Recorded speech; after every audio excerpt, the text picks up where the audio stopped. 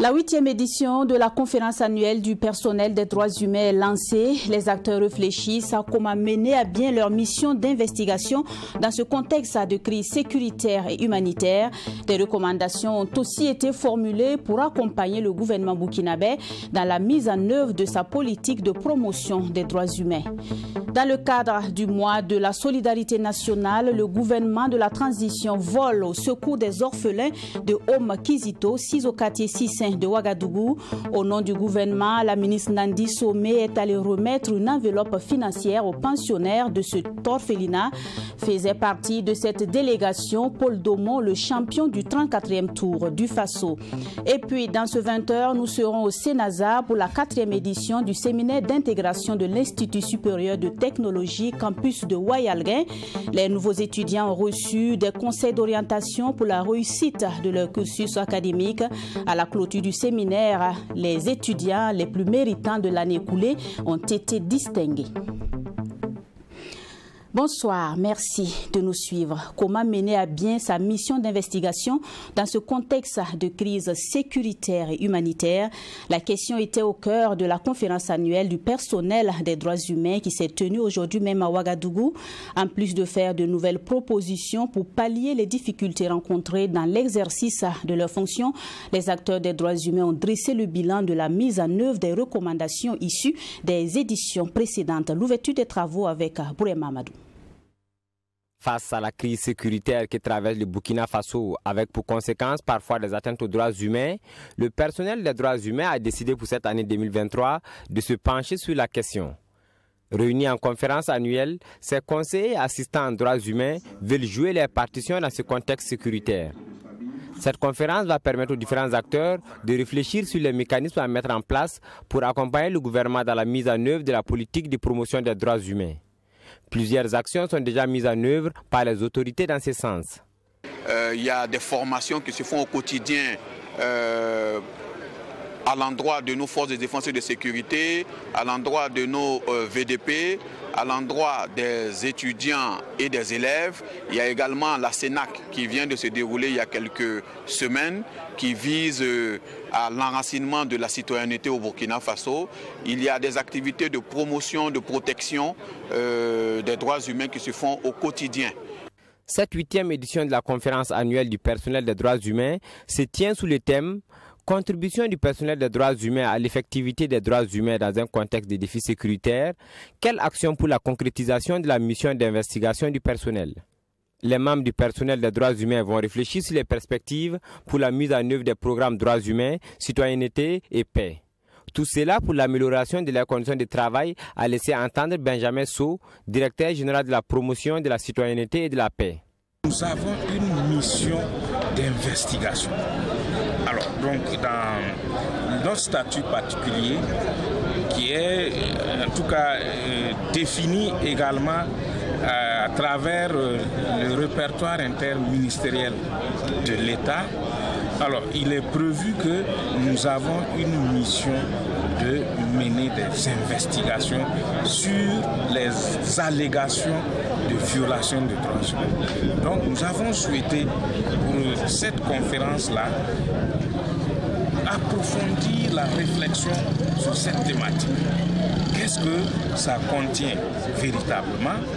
Et ensuite, quelles sont les conditions qu'il nous faut pour pouvoir mener à bien cette mission d'investigation? Le Corps des droits humains a été créé en 2007. Il a entre autres pour mission la conception des politiques publiques en matière de droits humains, l'élaboration de la réglementation en matière de droits humains et la participation à la gestion du contentieux relatif aux droits humains. Dans le cadre du mois de la solidarité nationale, le gouvernement de la transition voit le secours des orphelins et enfants abandonnés de Omkizito, un orphelinat situé dans l'arrondissement 6 de la ville de Ouagadougou. Au nom du gouvernement, la ministre Nandi Somé a remis un chèque au premier responsable de cet orphelinat pour la prise en charge des 47 enfants qui y résident. En plus du chèque, les enfants ont eu droit chacun à des friandises. Et pour ce mois, toutes les contributions sont attendues. C'est donc pour susciter l'élan de solidarité auprès de la jeunesse à burkinabé que cette édition 2023 associe l'image de Paul Domon, le champion du 34e Tour du Faso. Tous les détails avec Sanata Siri.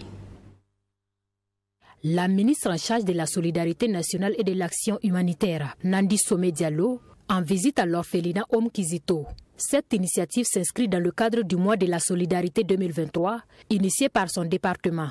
Visite au cours de laquelle la ministre et sa délégation ont remis aux responsables du centre des kits de friandises et une enveloppe financière au profit de ses pensionnaires. L'objectif de cette démarche, selon Nandi Somé Diallo, est de témoigner la solidarité du gouvernement aux pensionnaires de cet orphelinat et son personnel. J'effectue cet après-midi cette visite au centre d'accueil Omkizito et dans le cadre du mois de la solidarité. C'est juste pour témoigner la solidarité du gouvernement à l'ensemble des pensionnaires de ce centre, à toutes ces bonnes volontés, à toutes ces sœurs qui aident ces enfants à s'épanouir, à combler le vide du manque de parents que ces enfants ont et à assurer leur épanouissement dans la joie et dans l'amour. Donc nous sommes venus leur apporter déjà un présent et nous comptons encore prendre en compte les doléances que la sœur directrice a exprimées et pour revenir les voir dans les jours à venir. Donc nous avons bien pris note des doléances formulées et nous tâcherons de les prendre en compte. Paul Domon, vainqueur du Tour du Faso et champion de la solidarité, présent à cette visite, a saisi l'occasion pour inviter l'ensemble des Burkinabés à avoir une pensée pour ces enfants abandonnés et orphelins, surtout dans ce contexte de crise humanitaire. Alors aujourd'hui, dans le cadre de ma visite avec Madame la ministre en charge de la solidarité à Omkizito, je lance un appel justement aux dons parce que voilà, le gouvernement a fait déjà un geste avec ce qu'on est venu apporter cet après-midi. Mais voilà, j'encourage vraiment les personnes à faire parler leur cœur, c'est-à-dire de prendre en considération que ce sont des enfants qui n'ont pas forcément choisi justement d'être dans les conditions dans lesquelles ils vivent. Donc si nous pouvons les aider à avoir des conditions de vie meilleures afin d'aider à leur épanouissement, je pense que nous pouvons tous faire un petit geste pour vraiment aider ces enfants qui sont dans le besoin. Et la directrice de l'orphelinat Omkizito de saluer l'initiative du ministère en charge de la solidarité nationale et de l'action humanitaire. En tant que bénéficiaire, je me réjouis avec tout le personnel, toute l'équipe, tout le bureau exécutif pour cette visite de ce jour. Je voudrais dire un grand merci à notre ministre pour vraiment la pensée.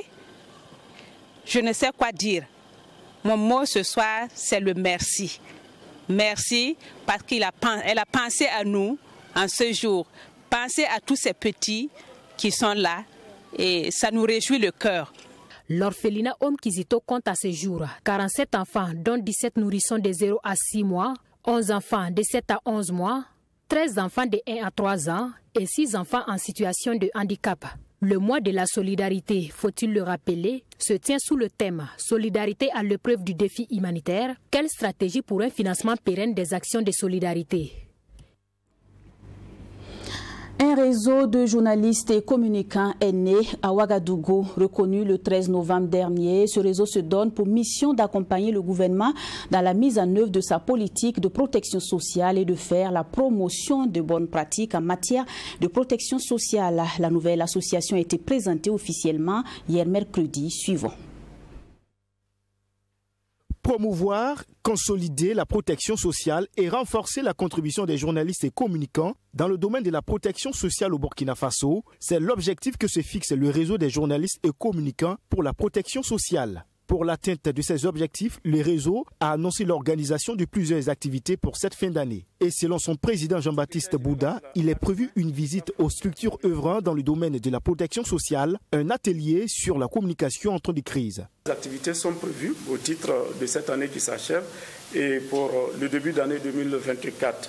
On peut citer entre autres cette conférence de presse qui nous réunit, une visite aux structures œuvrant dans le domaine de la protection sociale qui a débuté, un atelier sur la communication en temps de crise, éthique et déontologie, un séminaire sur les domaines d'intervention des différentes structures du domaine de la protection sociale et une mission de suivi des réalisations du domaine de la protection sociale dans les régions des hauts-bassins et des cascades. Nous nous engageons donc à maintenir une couverture médiatique éclairée et responsable, favorisant ainsi une culture de responsabilité et de solidarité au sein de notre société. Nous appelons donc à une collaboration étroite et à un dialogue ouvert avec les acteurs de tous horizons afin de faire avancer notre noble cause pour le bien-être des populations de notre cher pays, le Burkina Faso. Jean-Baptiste Bouda et ses camarades veulent aussi influencer positivement les choix et les décisions des autorités en relevant les défis et les insuffisances dans ce domaine.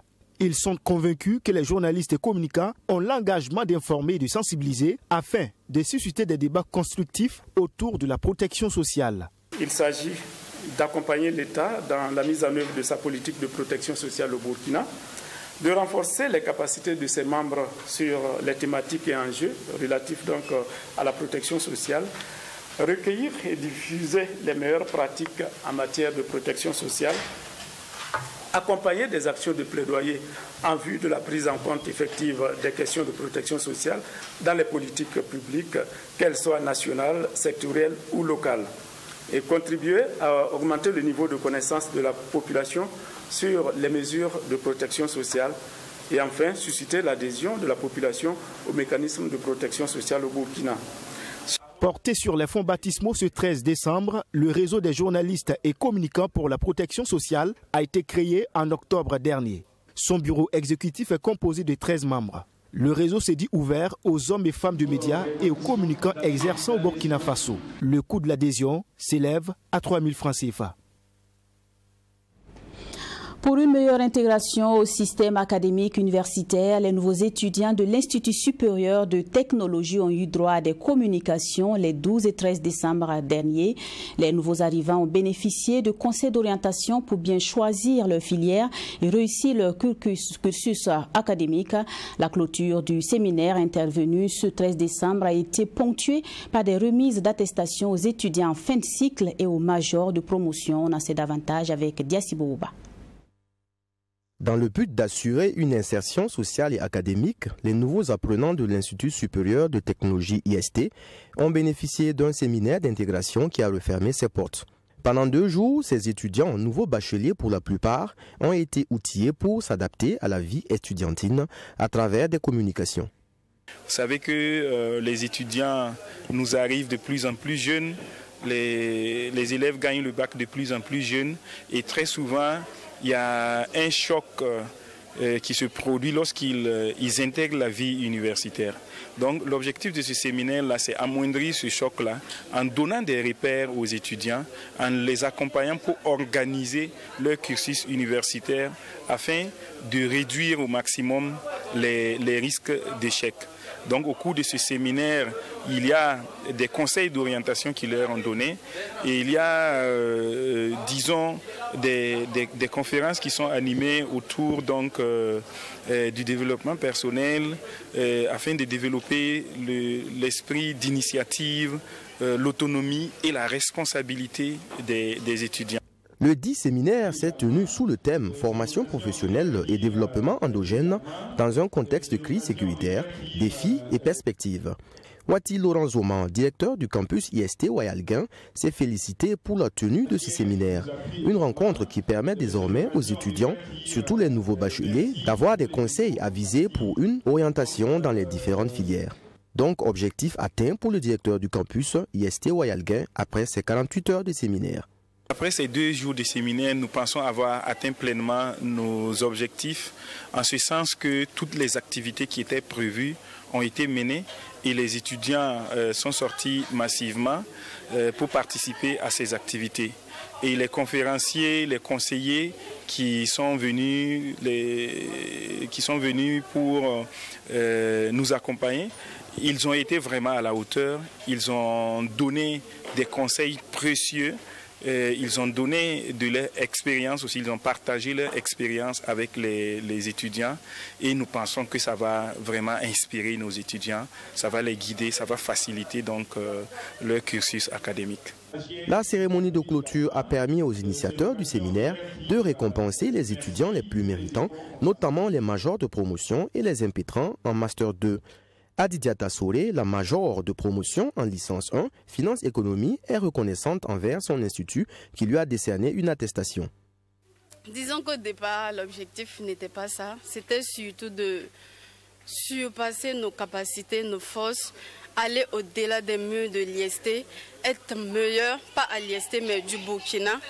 Mais si cet objectif a produit des effets, on accueille ça à bras ouverts et on dit merci surtout au CE, aux enseignants de l'IST pour avoir fait de nous ces personnes que nous sommes aujourd'hui, nous avoir donné des formations de qualité et aussi les dirigeants de l'IST aussi pour avoir mis en place cet institut de compétences directement employables. L'Institut supérieur de technologie a une expérience de plus de 20 ans et offre des formations dans le domaine des sciences et technologies telles que la maintenance industrielle, le génie civil et la gestion telle que finance-comptabilité. Le séminaire d'intégration de l'IST a réuni près de 1500 étudiants en L1, L2 et L3, dont plus de 500 nouveaux étudiants. L'Institut a été consacré meilleure école supérieure privée du Burkina de l'année académique 2022-2023 par le ministère en charge de l'enseignement supérieur. Selon les premiers responsables de l'IST, l'Institut observera une mutation pour devenir une université afin d'assurer pleinement la formation de ses étudiants d'ici à l'horizon 2024. L'association ICRE a procédé à la cérémonie de lancement de la conférence de l'événement TEDx Ouagadougou 2023. À cette conférence, ils sont nombreux les orateurs qui ont partagé leurs expériences et parcours avec les participants dans le but de créer un déclic, c'est-à-dire amener ceux qui ont des potentialités, des capacités à faire des exploits, à croire en leurs objectifs ainsi qu'à leurs rêves. Les participants sont appelés à travailler les obstacles pour un avenir radieux. Tous les détails avec Dorothée Bambara et Adrien Guigemde.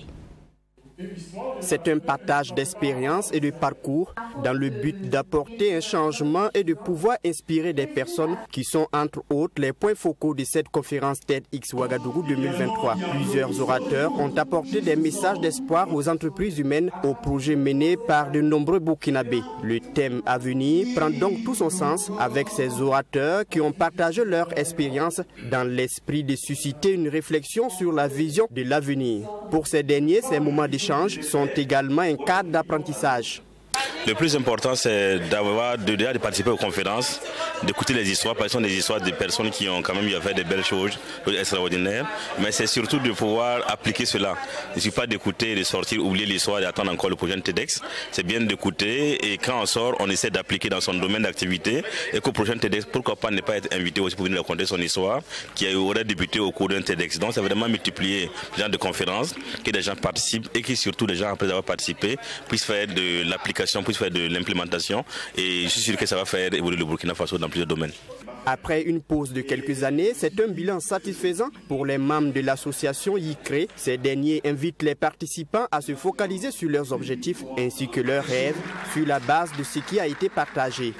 Donc nous avons un bilan qui est très positif. Le thème de cette année est Avenir et après une pause de quasiment 2 ans, parce que la dernière édition s'est déroulée il y a 2 ans, pouvoir déjà mobiliser autant de personnes et pouvoir remettre en marche la machine, ça a été un grand défi qui a pu être relevé grâce au travail de toute l'équipe. Donc aujourd'hui, nous avons un sentiment de satisfaction et surtout un sentiment de défi lancé. Parce qu'au vu de ce qui a été réalisé aujourd'hui, nous avons le challenge de faire encore mieux pour l'année prochaine. Et donc, l'avenir s'annonce radieux avec les conférences TED au Burkina Faso. Le choix des orateurs se fait à partir de propositions en cohérence avec le thème à venir. Pour les organisateurs de cette conférence TEDx, l'avenir se construit à partir du présent, d'où le sens de cette rencontre. En sport, nous nous intéressons à une nouvelle discipline appelée Rasball, créée au Burkina et développée par un jeune burkinabé. Le Rasball aspire à s'imposer dans le landerneau sportif burkinabé. Le premier tournoi a été organisé à Bobo-Dioulasso. Rejoignons Joseph Koudougou sur le plateau de Yéguéré pour vivre l'ambiance de cette compétition. Le Rasball, une discipline sportive qui réunit 3 disciplines, à savoir le football, le tennis et le volleyball. Cette discipline a été créée au Burkina Faso, plus précisément à Bobo-Dioulasso. Les participants sont les acteurs de la chaîne pénale. Un tournoi a été lancé au plateau de Yéguéré le 19 novembre dernier. Pour le promoteur, les objectifs sont atteints. Je pense que les objectifs sont largement atteints sur notre satisfaction parce que comme vous avez constaté, toute cette population qui est sortie aujourd'hui pour soutenir cette discipline a été au contact des acteurs judiciaires, a été au contact des OPJ, a été au contact de tous ceux qui animent l'appareil judiciaire. Donc c'est-à-dire rapprocher la justice des justiciables. Également, créer un environnement de cohésion, de collaboration parfaite entre les acteurs qui animent le service de la justice. Ce tournoi a créé cet environnement-là pour que tous ces acteurs, police, magistrats, gendarmes et autres greffiers puissent se réunir en dehors des bureaux pour parfaire en tout cas leur collaboration autour du sport. Placé sous le thème « Renforcement de la cohésion sociale entre les acteurs de la chaîne pénale », ce tournoi a été parrainé par le procureur général près de la cour d'appel de Bobo-Dioulasso. Le but essentiel, c'est la cohésion entre les acteurs de la chaîne pénale. Et moi, je n'avais jamais assisté à un match de Rasball. Et c'était l'occasion pour moi de voir comment se joue cette discipline. J'ai constaté que dans la discipline, il faut être un bon tireur de bolide. Je trouve que c'est une bonne discipline et vu l'attroupement, je pense que c'est une discipline qui peut bien progresser et figurer parmi les disciplines sportives du Burkina et d'ailleurs. Cette nouvelle discipline sportive lancée a connu la présence du directeur régional des sports des Hauts-Bassins. Le Rasball, un sport émergent qui fait son petit bonhomme de chemin dans la belle ville de Sia, qu'il a vu naître, mais également dans la perspective, bien entendu, assez prochaine, j'espère, en tout cas, implantation sur l'ensemble du territoire burkinabé. Au début, 16 équipes ont discuté ce tournoi. La finale a opposé l'équipe de la police et les avocats. Et c'est la police nationale qui a été championne pour cette édition 2023. Hors de chez nous, au Sénégal, la justice a ordonné la réintégration de l'opposant Ousmane Sonko sur les listes électorales de la présidentielle de 2024. Ce verdict sonne comme une victoire pour les partisans de l'opposant condamné depuis juin à 2 ans de prison dans une affaire de mœurs. Reportage. Un juge sénégalais a émis jeudi une ordonnance rétablissant le chef de l'opposition Ousmane Sonko sur les listes électorales, ouvrant ainsi la voie à sa potentielle candidature à la présidentielle l'année prochaine. Pour son avocat, Maître Bamba Cissé, cela représente une victoire tant pour le peuple que pour la justice sénégalaise. Le juge a ordonné la réintégration d'Ousmane Sonko dans le fichier électoral. Nous remercions d'abord le peuple sénégalais,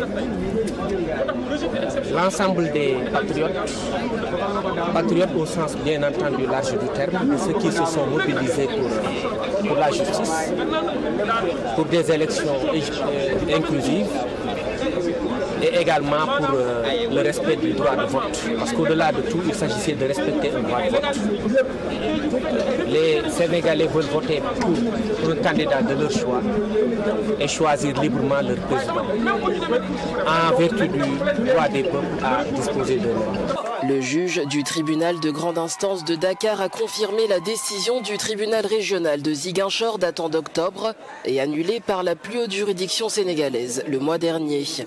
Ousmane Sonko, au centre d'un bras de fer avec l'État depuis plus de 2 ans, a désormais jusqu'au 26 décembre pour déposer sa candidature et recueillir ses parrainages. Merci d'avoir suivi ce journal qui s'achève. Excellente soirée à toutes et à tous.